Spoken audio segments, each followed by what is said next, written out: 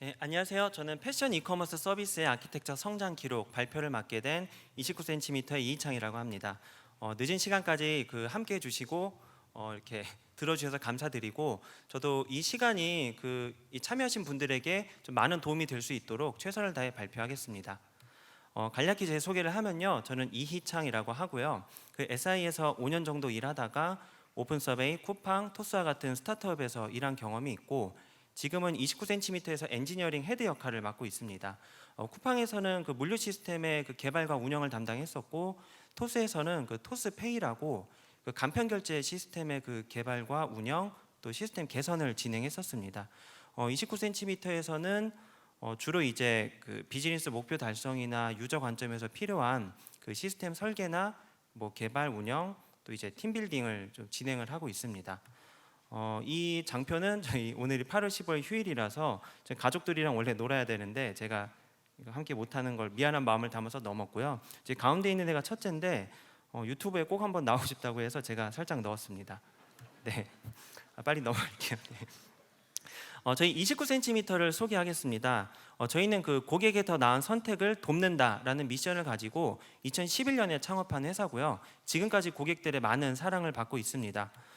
유저의 일상을 기반으로 좋은 상품을 추천해주기 위해서 컨텐츠와 큐레이션 기반의 상품 추천을 진행하고 있는 이커머스 플랫폼입니다. 그리고 지속적인 좀 사랑을 많이 받고 있는데, 특히 이제 2018년부터 22년 작년까지 지금도 물론 잘 크고 있고요. 70% 이상의 연평균 성장률을 기록하고 있고, 특별히 22년 1월에는 국내 1위 온라인 플랫폼 이커머스 회사인 무신사와 합병이 이루어지기도 했습니다. 여기까지만 보시면 되게 그래프가 좀 잘 크고 있기 때문에 29cm는 그냥 잘 성장하고 있는 회사겠거니라고 생각할 수 있지만, 이 숫자의 뒤편에는 수많은 어떤 장애와 문제 상황에 대한 고민과 해결을 지속적으로 수행했다고 생각합니다. 그래서 지금 이 시간 내용에 대해서 40분 동안 최대한 잘 설명해 드릴 수 있도록 하겠습니다. 발표 목차고요. 시작은 모놀리틱에서 좀 운영을 했다가 어떤 계기로 인해서 마이크로 서비스로 전환을 했고, 마이크로 서비스의 성공적인 전환을 위해 저희가 고민했던 것과 실행했던 것을 좀 이야기할 예정입니다. 그리고 이제 트래픽이 급격하게 크고 거래액이 증가하면서 예상치 못한 장애나 문제 상황도 있었는데, 이런 것들을 저희가 어떻게 풀었는지도 설명을 할 것이고, 마지막으로는 짧게 앞으로 29cm가 어떤 계획을 가지고 있는지 아키텍처 로드맵을 설명하도록 하겠습니다. 제가 조금 말을 빠르게 할 생각인데요. 지금 40분 동안 최대한 이야기를 많이 해야 돼가지고, 그래서 눈치 보면서 속도를 조절하도록 하겠습니다. 시작은 모놀리틱. 그래서 이제 모놀리식 아키텍처는 비즈니스의 모든 요구사항과 도메인 로직이 하나의 애플리케이션에 담겨 있는 구조를 말합니다. 그래서 보통 처음 시작하는 회사들은 모놀리식 아키텍처로 많이 서비스 구조를 가져가는데요. 실제로 모놀리식 아키텍처는 쉬운 개발과 배포, 또 간소화된 테스트, 또 간편한 모니터링과 디버깅을 제공하기 때문에 처음 시작하는 회사나 서비스가 채택하기 좋은 아키텍처라고 생각합니다. 단순함이 주는 명확함이 주는 장점이 있다라고 생각을 하거든요.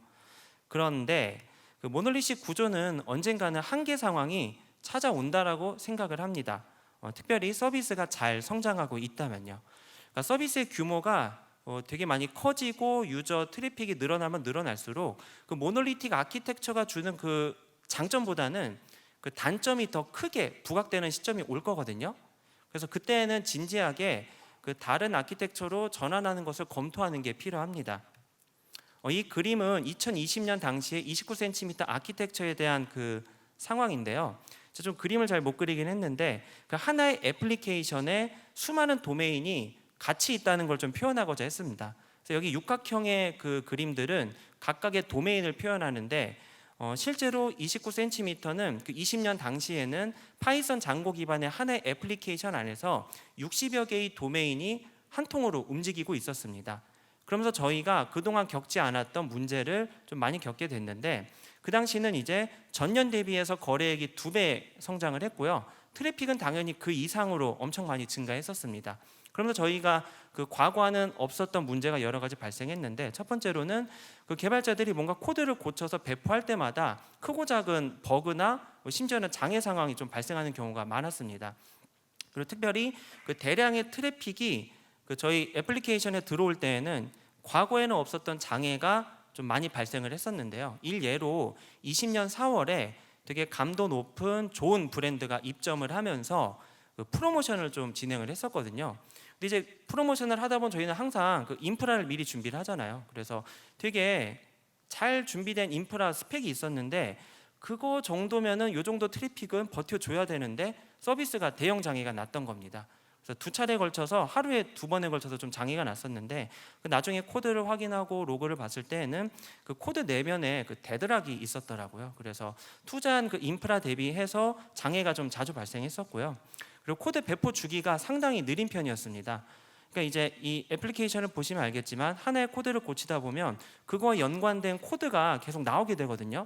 그러다 보니까 목표했던 것보다 그 개발 속도가 느려지고 또 이걸 개발 환경이나 스테이징 환경에서 배포하고 돌려보니 또 예상치 못한 버그가 계속 나오는 거죠.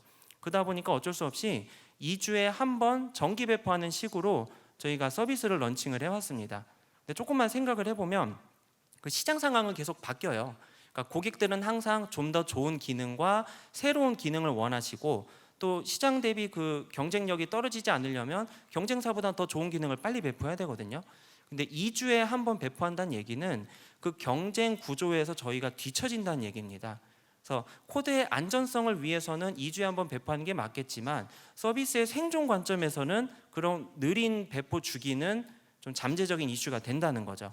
그래서 저희는 요구사항 추가나 변경이 되게 어려운 상황이었습니다. 그래서 저희는 이런 문제의 원인을 크게 두 가지로 봤는데 첫 번째는 그 단순함 뒤에 숨겨 있는 모놀리틱 구조의 한계, 그리고 두 번째는 그 오랜 기간 쌓여 있는 그 레거시 코드의 품질 이슈라고 봤습니다. 그래서 저희는 2020년까지 유저의 성장과 그 사랑과 성장을 좀 받아왔지만 더 큰 성장을 위해서는 변화가 필요한 시점이라고 생각했습니다. 그걸 저희는 마이크로 서비스로 풀었습니다. 2020년 8월에 그 29cm는 마이크로 서비스의 전환을 결정했습니다. 그럼 왜 마이크로 서비스인가? 라고 생각을 할 때 좀 두 가지 관점이 있었는데요. 첫 번째는 우리에게 필요한 확장성을 제공하는 아키텍처라고 생각을 했습니다. 그 두 번째는 그동안 쌓여있던 그 레거시 코드를 점진적으로 개선할 수 있는 구조를 제공하는 게 마이크로 서비스라고 생각을 했습니다. 그런데 그 마이크로 서비스는 지금 이렇게 얘기를 하지만 무조건 좋은 선택지일까라고 할 때는 아니죠. 그러니까 모든 아키텍처 의사결정은 트레이드 오프가 있다라고 생각을 합니다. 이 트레이드 오프라고 하는 건 어떤 의사결정을 할 때 우리가 얻을 수 있는 장점도 있겠지만 그 장점에 반대되는 단점, 이것도 명확하게 있다는 거죠. 그래서 어떤 의사결정을 할 때는 장점과 단점을 썸을 해서 이게 정말 크고 우리한테 필요한 것만 선택을 하고 아니면 다른 대안을 찾는 게 맞다라는 겁니다. 이 트레이드 오프를 위키피디아에서 찾아봤는데 이런 설명이 있더라고요. 다른 측면에서 이득을 얻는 대가로 세트나 디자인의 품질, 수량, 속성 등 그 중에 한계를 감소시키거나 잃게 되는 상황적 결정을 말한다. 앞서 말한 것과 똑같죠. 어떤 의사결정을 할 때 얻는 것이 있으면 잃는 것도 있다. 이런 얘기입니다. 그럼 이제 우리가 마이크로 서비스로 얻을 수 있는 건 무엇이냐? 첫 번째, 증가하는 트래픽을 처리하기 쉽고, 두 번째, 새로운 기능 추가가 빠르게 할 수 있고, 세 번째는 조직 성장에 맞는 아키텍처를 쉽게 적용할 수 있다는 겁니다. 간단히 말하면 확장성의 개선인데 트래픽, 또 기능 추가, 또 아키텍처 적용 관점에서의 확장성입니다. 대신에 트레이드 오프가 있다고 했죠. 우리가 잃게 되는 것은 무엇이냐? 우선은 마이크로 서비스를 채택하면은 구현의 복잡도가 올라갑니다. 기존에 하나만 있던 어플리케이션을 잘게 쪼갰기 때문에요. 그리고 테스트와 디버깅 그 비용도 당연히 커지죠. 그리고 이제 마이크로 서비스는 컨셉상 서비스와 서비스의 호출을 기반으로 전체 기능이 만들어지는 거기 때문에 그 호출 횟수가 늘어나면 늘어날수록 그 네트워크 기반의 레이턴시가 증가할 수밖에 없죠. 누군가는 이거를 그 마이크로 세금이라고 표현을 했습니다. 아키텍처를 적용한 그 마이크로 서비스를 적용하는 그 과정에서 우리가 지불해야 되는 그 비용, 이거를 세금이라고 표현했는데 저는 이 용어가 되게 적절하다고 생각합니다. 이제 개발을 잘 모르는 분도 세금이라는 말을 하면은 좀 이해가 빠르잖아요. 그래서 이제 저희는 그 마이크로 서비스를 적용을 해야 되냐 안 해야 되냐 이런 좀 의사결정을 해야 됐는데 그 당시 이제 20년 29cm를 돌아보면 우선 명확한 성장세가 보였습니다. 전년 대비 거래액 2배 성장했고 누적 회원수 증가하고 뭐 MAO, DAO 같은 트래픽도 이렇게 확연히 눈에 띄었거든요. 그런데 신규 기능의 추가는 어려웠습니다. 60여 개의 도메인을 구성하는 하나의 애플리케이션에서 코드를 구현하려니 2주에 한 번 배포하는 것도 쉽지 않았죠. 그리고 이제 오래된 레거시 아키텍처가 강하게 있었기 때문에 단순히 뭐 파이썬에 버전업을 하거나 라이브러리 교체하는 것도 좀 어려움이 있었어요. 그래서 저희는 마이크로 서비스의 전환을 결정합니다. 물론 트레이드 오프가 있더라도. 그래서 우리는 무엇을 이제 어떻게 해야 할까라는 좀 고민이 생기죠. 근데 이 부분에서 제가 좀 소개하고 싶은 개념이 있는데 아웃풋골, 인풋골이라는 개념입니다. 이거 약간 뭐 재밌는 얘기일 수도 있는데 그 연구 자료에 따르면은 92% 정도의 사람은 본인이 목표했던 그 목표를 명확하게 달성하지 못한다고 합니다. 근데 그 이유가 뭐냐면 보통 목표를 설정을 할 때에는 내가 얻고자 하는 목표에는 되게 관심이 많은데 이 목표를 얻기 위해서 실행해야 되는 그 실행 단계에서는 좀 관심이 덜하다는 거죠. 그러다 보니까 그 실행이 안 하면 그 얻을 수가 없잖아요. 그래서 그런 관점인데 보시면은 이제 연초만 되면 우리가 이런 목표를 세우죠. 건강해지겠다, 개발 실력을 키우겠다, 올해는 기필코 연애를 하고 솔로를 탈출하겠다. 근데 이제 이거는 우리가 바라는 것에만 관심을 가지는 것이고 중요한 것은 이런 것들을 이루기 위한 실행입니다. 예를 들어서 건강해지려고 하면은 주 3회 뭐 달리기를 하거나 PT를 하거나 야식을 끊거나 이거 되게 현실적이죠. 그리고 개발 실력을 키우려고 하면 다양한 그 요구 사항이 혼재되고 제약 조건도 강한 그 회사 업무에 올인을 하거나 아니면 개인적으로 토의 프로젝트를 하시거나 또는 이제 연애를 하겠다 이러면 뭐 소개팅이나 동호회 가거나 이건 저보단 그 더 잘 아실 것 같아요. 저는 잘 모르고. 근데 이제 그 29cm의 아웃풋골은 명확했습니다. 마이크로 서비스로 전환을 하겠다. 그럼 그에 대한 인풋골을 정의를 해야 되거든요. 저희는 이거 네 가지로 정의를 했는데 전략, 공감대 형성, 채용, 업무 방식의 전환. 근데 이제 시간 관계상 전략과 채용의 일부분만 설명하는 식으로 넘어가겠습니다. 아마 2번이랑 4번은 제목만 보더라도 어느 정도 예상이 되실 거예요. 첫 번째, 전환 원칙입니다. 이 네 가지 전환 원칙을 저희가 정의를 했는데 각각 세부적으로 설명을 드리도록 하겠습니다. 우선 스트랭글러 패턴인데요. 이 워낙 유명하니까 잘 아실 거예요.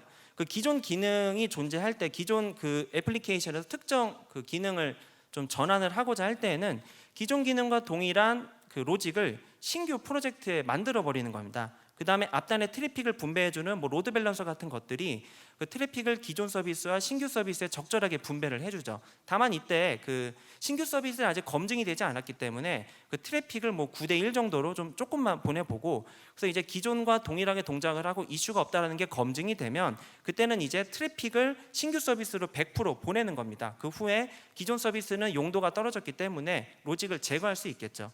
이런 식으로 점진적으로 신규 서비스로 기능을 이관하는 방식을 말합니다. 자, 간략하게 못 그리는 그림을 그려봤지만 딱 눈에 보이실 거예요. 기존에 좀 웃는 분 계신데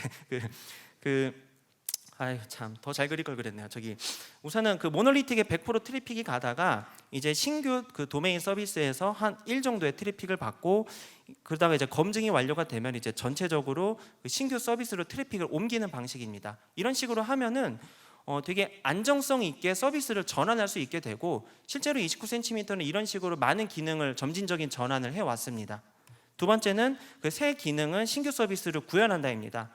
이거 너무 당연한 얘기인데 그 새로운 기능 요건이 생길 때마다 이 기능 요건에 맞는 도메인이 무엇인지를 고민해보고 그거에 맞는 신규 프로젝트를 구현을 하는 거죠. 사실 그 앞으로 없앨 그 모놀리틱 서비스에 신규 기능을 추가할 이유는 없죠. 그래서 이런 원칙을 저희가 매번 가져갔습니다. 세 번째로는 임팩트 기준으로 모놀리틱의 분해 순서를 결정한 겁니다. 사실 그 모든 그 서비스에는 도메인 간의 의존 관계가 명확하게 있다라고 생각하거든요. 뭐 예를 들어서 뭐 유저나 인증이나 푸시 같은 도메인은 그 다른 거를 의존하지 않고 본인이 이제 기능을 제공하는 최하단에 있는 도메인이고요. 뭐 추천이나 주문이나 상품 같은 경우는 상품 제어 주문이 좋겠네요. 주문은 상품도 있어야 되고 유저도 있어야 되고 결제도 돼야 되죠. 그러니까 여러 그 도메인의 의존 관계가 좀 높은 도메인이기 때문에 최하단보다는 중간이나 상단에 있겠죠. 이렇게 도메인의 의존 관계가 명확히 있을 때 원래 개발을 편의성을 생각한다면 가장 밑단에 있는 걸 개발을 먼저 하는 게 좋습니다. 유저나 인증이나 푸시 같은 거. 그래야 밑단을 개발해 놓으면 이걸 참조하는 그 상단에 있는 것들이 개발이 편해지니까요. 근데 저희는 그런 선택을 하지 않았고 비즈니스 임팩트가 큰 것을 먼저 전환을 했습니다. 예를 들어서 이커머스 프로젝트에서는 가장 임팩트가 큰 도메인은 결국엔 상품과 커머스거든요. 저희는 그걸 먼저 전환을 했습니다. 왜냐하면 마이크로 서비스를 전환을 했다는 거는 기존의 그 레거시를 좀 어느 정도는 걷어냈고 예전보다는 신규 기능을 빠르게 추가할 수 있는 구조가 잡힌다는 것이거든요. 그렇기 때문에 저희는 그 상품과 커머스 도메인을 먼저 전환을 시작했습니다. 그래서 이제 왼쪽과 오른쪽 그림인데 그 29cm의 도메인 아키텍처의 의존관계 그림입니다. 근데 단순하게 보실 거는 제가 파란색으로 색칠한 거예요. 그 개발 편의성을 따진다면은 가장 밑단에 있는 걸 개발하는 게 좋겠지만 비즈니스 임팩트를 따진다면 오른쪽의 방식으로 상품과 커머스를 먼저 전환하는 게 좋다라는 의사결정을 했었습니다. 마지막으로 이제 옵셔널하게 그 기존에 만들어진 그 모놀리틱의 기능을 최대한 활용한다입니다. 그러니까 신규 서비스를 개발하다 보면 크고 작은 기능들을 다 개발해야 되는데 그거 기다리다 보면 그 오픈 속도가 늦어질 수밖에 없거든요. 그래서 기존의 그 모놀리틱에 있는 기능을 최대한 활용하는 방식으로 그 점진적인 전환을 해왔습니다. 뭐 인증이라던가 트래픽 분배라던가. 그래서 요 네 가지 전환 원칙을 가지고 계속 수행을 해왔는데 결론만 말하면 빅뱅은 없다. 저희는 이제 점진적인 전환과 분리를 통해서 안정적인 마이크로 서비스 전환을 진행했습니다. 두 번째로는 29cm 표준 구형 가이드입니다. 이건 사실 이 시간에 좀 말하기가 어려운 게 이 내용은 제가 사실 그 인프런의 경쟁사인 패스트 캠퍼스에서 21년 가을에 발표를 했던 내용이에요. 그래서 그 조금 부담스럽긴 한데 이런 겁니다. 저희는 이제 20년 9월과 21년 5월에 그 두 차례에 걸쳐서 자바 스프링 기반의 표준 구형 가이드를 정의를 했습니다. 그러니까 최대한 이상적이면서도 현실적인 그 프로젝트 구현 방식을 좀 정의를 하고 이걸 기반으로 계속 그 자바 스프링 프로젝트를 개발을 해왔는데요. 코드 구현의 원칙은 다음과 같습니다. 비즈니스 가치를 명확하게 충족하고 잘 읽혀야 되고 변경에 유연해야 되고 테스트 코드의 작성이 쉬워야 되고. 이렇게 들으면 되게 좋죠. 되게 좋은 말이야. 근데 어떻게가 중요하죠. 그래서 근데 이 내용을 이 시간에 좀 다 설명하기 좀 어려울 것 같고요. 전체 가이드를 요약한다면 특정 기술에 종속되지 않으면서 요구사항을 잘 표현하는 도메인이 우선 만들어지고요. 그리고 이 도메인을 실행할 수 있는 세부 기술들을 정의를 하고 도메인과 세부 기술을 연결해주는 추상화된 인터페이스와 그 인터페이스의 의존성을 주입하는 구조, 이런 구조를 저희가 표준 구형 가이드에 녹였습니다. 결론을 말하면 이제 추상화된 도메인 로직과 구체화된 그 구현의 적절한 분리 그리고 의존성 주입, DIP 얘기입니다. 결국에 그 솔리드 많이 잘 아시죠? 그 객체지향 설계 원칙에서 그 알파벳 D 마지막 부분에 해당하는 건데 그 DIP를 뭐 간략히 설명하면 추상화된 그 레벨이 높은 것과 낮은 게 있으면 그 전통적인 개발 방식과 다르게 낮은 놈이 높은 놈을 의존하는 그런 역전 구조를 가져가는 내용을 말합니다. 네, 아마 잘 아실 거고요. 그래서 저희는 이런 그 전환에 대한 원칙과 표준 구형 가이드를 중심으로 점진적인 그 서비스 전환을 해왔습니다. 이제 두 번째는 동료 개발자 채용입니다. 사실 그 마이크로 서비스는 비용이 많이 드는 아키텍처예요. 그러니까 상식적으로 생각해 보면 하나의 애플리케이션을 다 쪼개 가지고 운영을 하기 때문에 그 개발, 모니터링, 운영 비용이 급격하게 커지거든요. 근데 당시 29cm 백엔드 개발자는 7명밖에 되지 않았고 그 중에 한 명이 저였습니다. 제가 지금 더 6명이죠, 그럼. 그래서 이제 전환은커녕 그 현상 유지도 하기 되게 버거운 상황이었어요. 그럼에도 저희는 마이크로 서비스로 전환하겠다는 목표를 세웠기 때문에 어떻게든 해결책을 찾아야 됐고, 저 약간은 극단적으로 보일 수 있겠지만 되게 현실적인 선택을 합니다. 그 기술 스택을 전환을 했습니다. 약간 놀라신 분이 있는데. 봤어요. 네. 그 파이썬 장고 기반의 애플리케이션에서 그 자바 스프링 기반의 애플리케이션으로 개발하겠다고 의사결정을 했습니다. 이게 되게 현실적인 얘기인데 한국에서는 자바 스프링 개발자가 엄청 많고 또 저희가 추구하는 마이크로 서비스로 자바 스프링 그 기반의 개발을 하신 회사가 엄청 많다라고 봤습니다. 이거는 이제 23년 프로그래머서 설문조사인데 63.1%가 자바 언어에 익숙하고 48.2%가 스프링 부트에 익숙하다라고 하셨습니다. 또 근데 프레임워크에서 익숙한 거 2등이 스프링이거든요. 이거 합치면 잘하면 반이 그 70%가 넘어갈 수도 있어요. 그리고 이제 여러분이 잘 알고 있는 제가 색깔로 표시했는데 네카라쿠베 같은 회사도 그 자바 스프링 기반으로 마이크로 서비스를 전환을 했거나 이미 그렇게 운영 중이죠. 그래서 이런 그 상황적인 배경에 의해서 저희는 자바 스프링으로 전환하기로 결정을 했습니다. 그래서 이후에 20년 8월에는 7명 정도의 백엔드 개발자였는데 현재 23년 8월 현재에는 30명이 넘는 백엔드 개발자가 지금 저희 서비스를 개발하고 운영하고 있습니다. 동료가 확보된 거죠. 그리고 물론 기존의 파이썬 개발자들 중에는 자바 스프링을 아예 안 해본 분도 있었는데 자바 스프링 기반을 충분히 익힐 수 있는 시간과 기회를 부여받아서 지금은 다 같이 잘 개발을 하고 있고요. 기존 멤버들은 29cm 도메인을 잘 알고 신규 개발자들은 자바 스프링을 잘 알기 때문에 이 둘 간의 어떤 콜라보, 뭔가 화합을 통해서 서비스 전환도 잘 이루어졌고 성장도 잘 해왔다고 생각을 합니다. 이런 과정을 거쳐서 거대한 모놀리틱 구조를 마이크로 서비스로 잘 전환을 해왔고요. 23년 8월 현재 20여 개의 주요한 도메인이 독립된 서비스를 가지고 있고 쿠버네티스와 이스트의 조합으로 수백 개의 컨테이너를 운영하고 있습니다.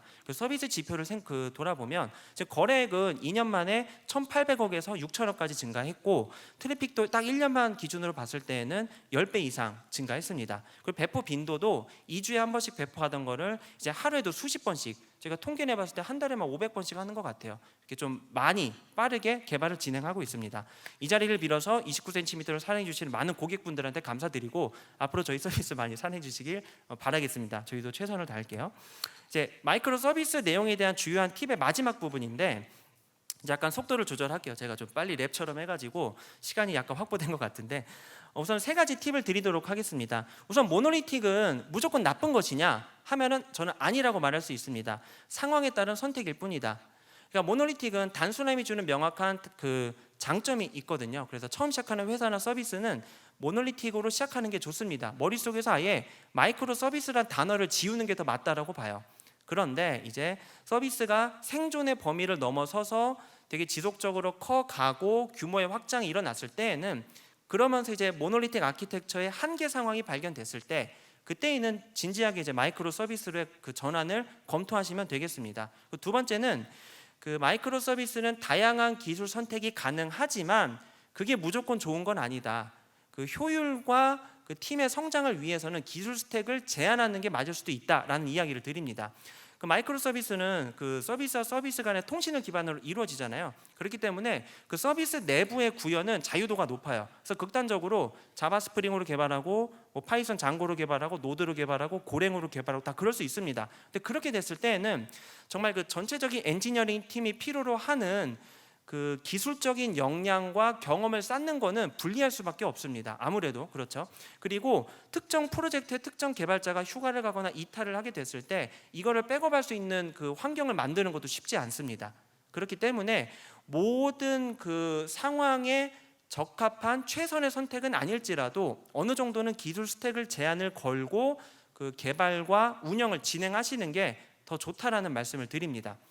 세 번째로는 처음 도메인을 쪼갤 때에는 처음에는 우선 크게 쪼개고 그 후에 세세하게 쪼개는 것을 권장합니다. 왜냐하면 모놀리틱 아키텍처를 쪼갤 때에는 그에 맞는 어떤 경험과 지식이 충분해야 되거든요. 근데 자칫해서 처음부터 세분화해서 쪼개버리면 나중에 얘를 합쳐야 되는 경우도 있고 또 경우에 따라서는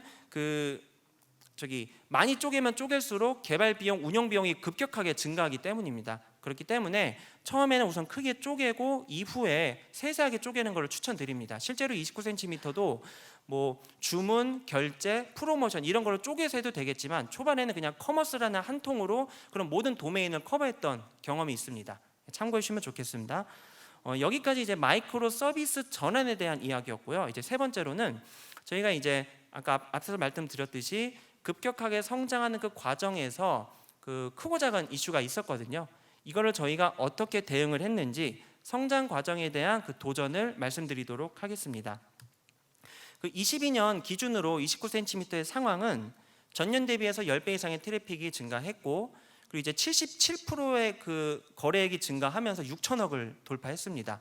경쟁사도 저희가 이겼는데 그러면서 이제 8개의 스쿼드에서 다양한 기능을 동시다발적으로 막 배포하고 운영을 했었던 거죠. 그럼 이제 충분히 상상할 수 있는 게 트래픽이 늘고 있는데 기능도 막 추가한다? 어떻게 되겠죠? 다양한 문제가 발생하게 됩니다. 실제로 장애라는 거는 정상 상태의 시스템이 있는데 여기에다가 뭔가 변화가 추가될 때 장애가 발생하는 겁니다. 예를 들어서 정상 상태의 시스템이 있는데 트래픽이 크게 들어오는 변화가 들어오거나 정상 상태의 시스템이 있는데 코드를 막 고쳐서 넣었거나 이러면 당연히 변화가 생겼으니까 그에 따른 예상치 못한 장애가 발생할 수 있겠죠. 실제로 저희는 이 과정에서 크고 작은 장애를 많이 경험을 했었습니다. 근데 이제 그 문제 상황을 크게 두 가지로 좀 나눠서 보면은, 우선 첫 번째로는 그 점진적으로 증가하는 트래픽과 다양한 기능 추가로 인한 장애 발생, 그리고 서비스의 성장 속도를 높게 유지하면서도 높은 품질을 유지하고 싶은데 이게 쉽지 않은 것에 대한 그 고민, 이 두 가지가 있었습니다. 그래서 우선은 첫 번째는 장애 발생부터 좀 공유를 드릴게요. 앞서 계속 말씀드렸지만 거래액의 증가, 트래픽의 증가, 다양한 기능의 추가와 코드 변경으로 인해서 23년 상반기 동안 11번의 장애가 발생했습니다. 물론 대부분 10분에서 30분 안에 다 해결되는 장애이긴 했는데 일부 장애는 1시간이 좀 넘기도 했었어요. 그런데 이제 그럼에도 저희가 그 서비스 안정성 수치 그 99.85%는 계속 유지를 했다라고 생각합니다. 이 수치는 6개월 동안 6시간 30분 정도의 장애만을 허용하는 시간인데, 이 정도 수치는 고객들도 어느 정도 좀 납득하시면서 빠르게 성장할 수 있는 그 목표 수치라고 생각을 했습니다. 그 중에 장애 사례 하나만 좀 예시를 드리면서 어떤 이슈가 있었고 기술적으로 어떻게 풀었는지를 공유드리도록 하겠습니다. 23년 2월에 검색과 추천 서비스에 장애가 있었습니다. 그 이틀 사이에 3번이 발생했거든요, 장애가. 그래서 9분, 10분, 59분. 근데 이제 59분짜리는 그 유저가 뭔가 좀 핵심이 되는 기능상의 장애는 아니었어요. 그 특정 추천 구자의 장애이긴 했는데, 예를 들어서 홈 메인, 뭐 상품 상세, 주문, 뭐 검색과 같은 그런 크리티컬 서비스 패스 구간의 장애는 아니고 그 추천 구자 일부의 좀 장애이긴 했습니다. 근데 이때 이 장애의 원인은 그 순간적으로 전체 시스템에 20% 이상의 트래픽이 갑자기 확 들어왔어요. 그래서 저희가 좀 장애가 났거든요. 그런데 좀 어느 정도 개발과 운영을 해보신 분들은 여기 이 수치를 보고 조금 고민이 될 수도 있어요. 물론 순간적으로 트래픽이 들어오면 장애가 날 수 있는 건 이해를 하는데 20% 정도의 그 순간 트래픽이 인입되었다고 장애가 발생하는 게 맞을까라는 좀 고민이 될 수도 있거든요. 근데 좀 더 깊게 들여다보면 저희 그 내부 서비스 뒷단의 구조를 보면 그 엘라스틱 서치에 전달된 트래픽은 20%가 아니라 막 30%, 40% 이상의 트래픽이 순간적으로 세게 들어오긴 했습니다. 이 내용을 좀 설명을 드릴게요. 저희 그 그림으로 간략히 그린 건데 추천과 검색 서비스의 호출 흐름을 표현한 내용입니다. 잘 보시면 맨 오른쪽에 검색 엔진 엘라스틱 서치가 있거든요. 그림 크게 잘 보이네요. 네, 엘라스틱 서치가 있는데 원래는 그 검색 엔진이기 때문에 검색 트래픽만 처리하는 게 맞거든요. 근데 자세히 보시면 왼쪽 밑에 추천 서비스가 있고 추천 엔진이 추천 서비스를 그 추천 엔진을 통해서 추천하고 싶은 상품 아이디의 목록을 받은 다음에 이 추천 서비스가 누구한테 상품 상세 정보를 가져오냐면 엘라스틱 서치한테 가져오고 있습니다. 이 구조가 그 앞에 전달드렸던 20%밖에 트래픽이 전달되지 않았지만 엘라스틱 서치한테는 20%가 아니라 그 이상의 트래픽이 전달되는 이슈였습니다. 단순하게 생각해도 검색에 20%, 추천에 20% 하면은 저 엘라스틱 서치는 40%를 받는 거잖아요. 그런 식으로 좀 엘라스틱 서치 쪽에 좀 과도한 부하가 전달됐었습니다. 근데 왜 우리가 이런 구조를 가져갔냐라고 설명을 하면은 잘 아시겠지만 그 상품 상세 쪽에는 다양한 도메인 정보를 필요로 합니다. 뭐 상품, 재고, 가격, 할인, 뭐 리뷰, 좋아요, 뭐 이런 것들.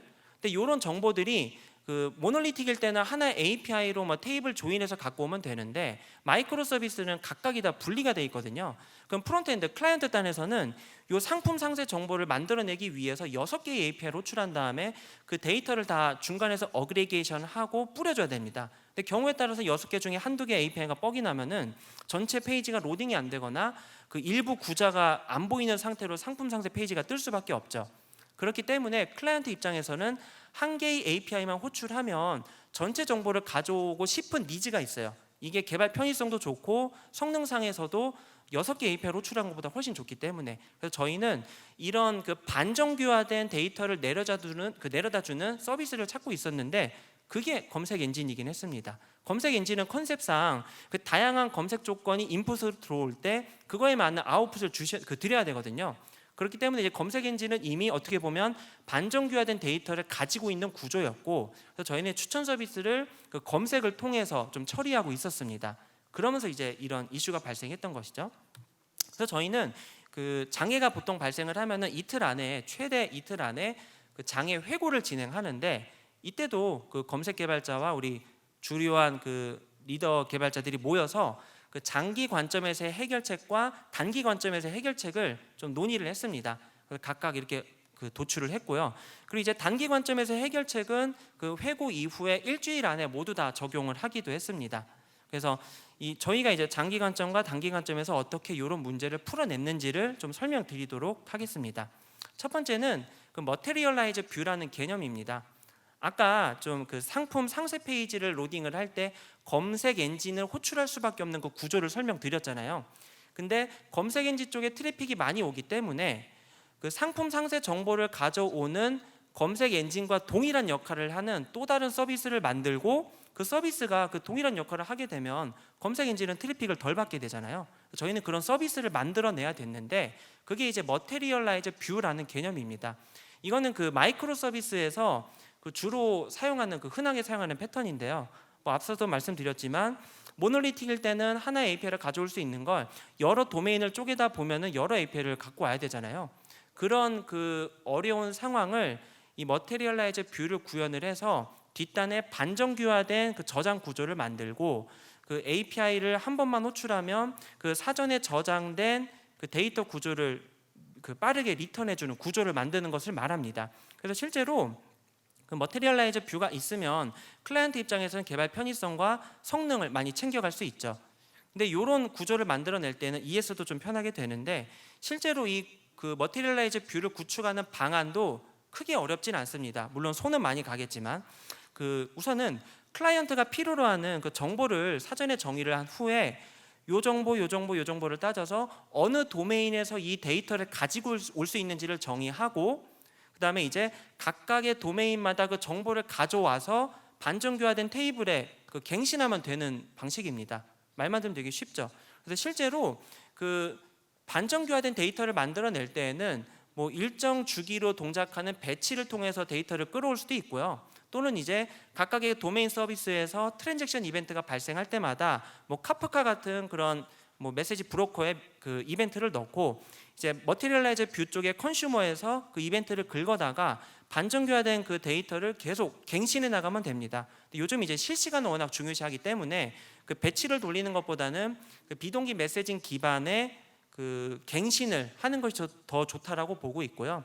그리고 이제 머테리얼라이즈 뷰를 구축을 할 때 어떤 데이터베이스를 쓰는 게 좋냐라고 좀 생각을 해보면 어쨌든 우리 API는 대부분 어플리케이션 그 제이슨 형태의 그 응답을 많이 쓰고 있잖아요. 그러면서 라이트 성능이 되게 좋은 떠오르는 DB 하나 있죠. 그 제이슨에 특화되어 있으면서 라이트 성능이 좋은 그 몽고DB 같은 거를 좀 많이 쓰면서 머테리얼라이즈 뷰 구축을 하기는 합니다.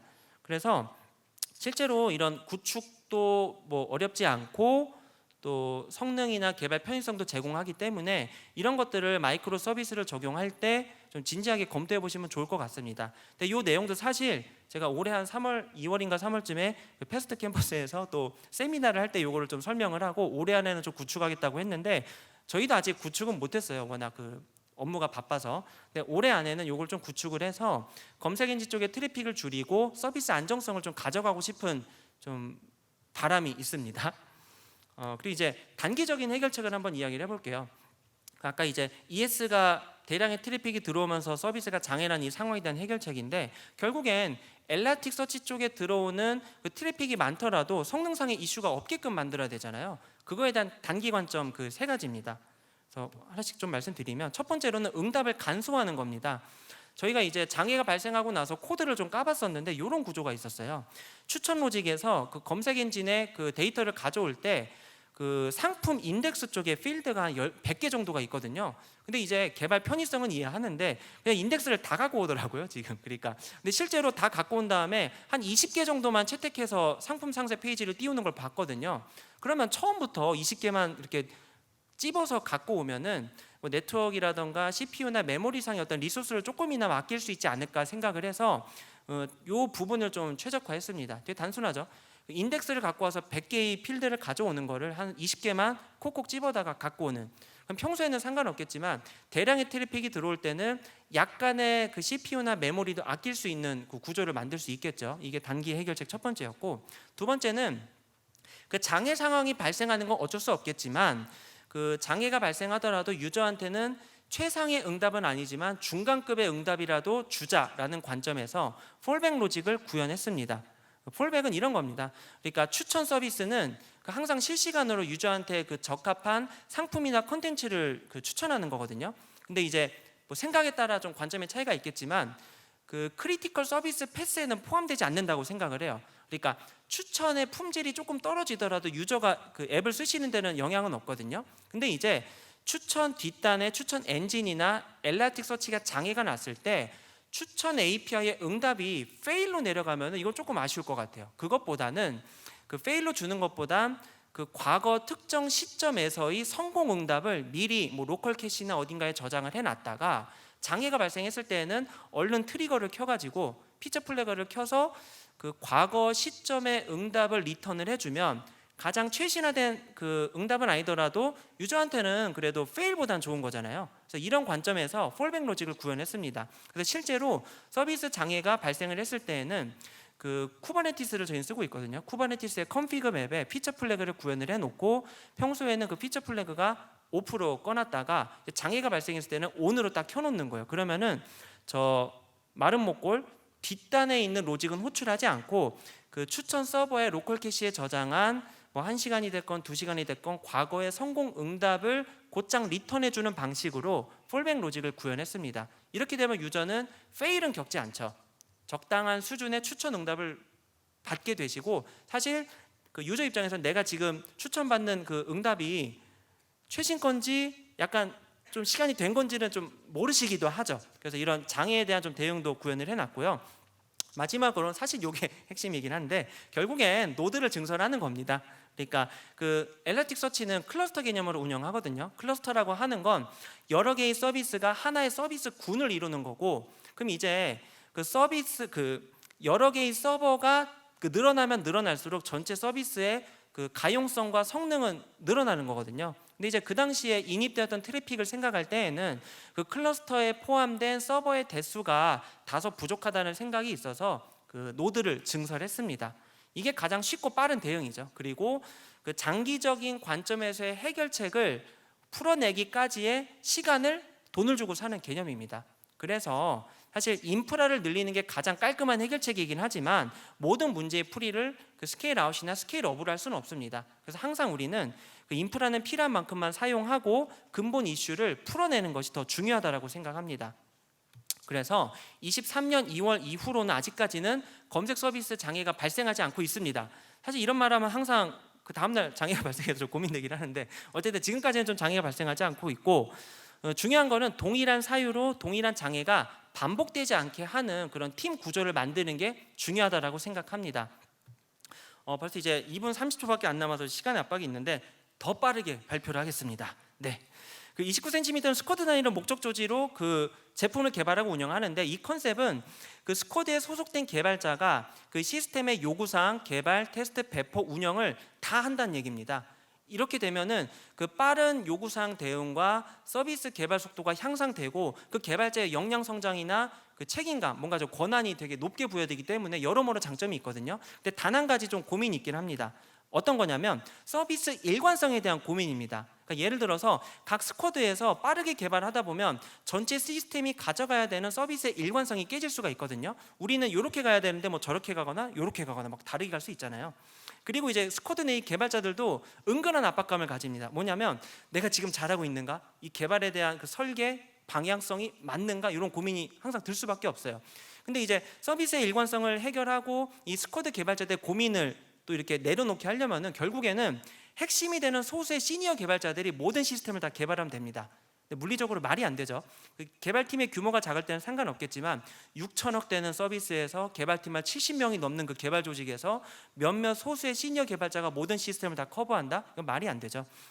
저희는 서비스의 일관성을 유지하면서도 빠른 개발 속도를 유지할 수 있는 방법을 찾아야 되는데 이거는 짧게 넘어갈게요. 나중에 발표 자료 공유 드리겠습니다. 그래서 저희는 개발 디자인 문서를 작성하면서 이 문제를 해결했습니다. 이 개발 디자인 문서는 뭐냐면 서비스의 일관성을 최대한 유지하면서 빠른 구현 속도를 가져갈 수 있고 구성원의 역량도 상장시킬 수 있는 방법이라고 저희는 생각하는데요. 우선 개발 디자인 문서에 들어가는 주요한 항목은 다음과 같습니다. 문제를 정의하고 그 문제를 해결할 수 있는 목표를 정의합니다. 그리고 그에 맞는 해결 방안, 그리고 이 해결 방안 할 때 뭐 제약 조건, 뭐 대안 같은 거, 예를 들어서 어떤 그 기술적인 스택으로 이렇게 개발을 할 것인데 그 우리의 제약 조건, 가장 큰 제약 조건은 기한이죠. 언제까지 개발해야 되냐, 몇 명의 동료 개발자가 있냐, 그리고 대안, 이거 말고 이런 것도 고민을 해봤다. 그래서 트레이드 오프를 다 따져봤을 때 이게 최선의 방안이라는 선택을 하는 그런 문서 내용이 들어갑니다. 그리고 배포, 운영, 모니터링도 이 문서 안에 들어가죠. 결국엔 제품 개발과 운영에 대한 그 내용을 담은 청사진인데요. 저희는 그 개발 디자인 문화, 그 개발 디자인 작성 문화를 다음과 같이 가져갑니다. 각 스쿼드의 개발자들은 목표하는 개발이 있으면 우선 개발 디자인 문서를 스스로 작성을 해요.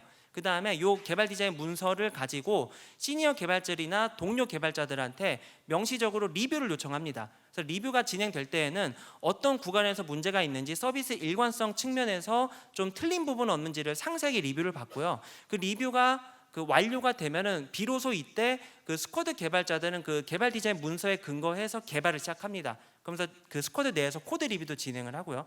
이렇게 됐을 때에는 그 우선 스쿼드 개발자들은 마음에 안도감이 있습니다. 난 그래도 이제 시스템 전체 방향성이 맞는 개발을 하고 있구나. 그리고 이제 리뷰를 받았기 때문에 아무래도 그 좀 더 나은 방향을 더 명확하게 찾을 수 있죠.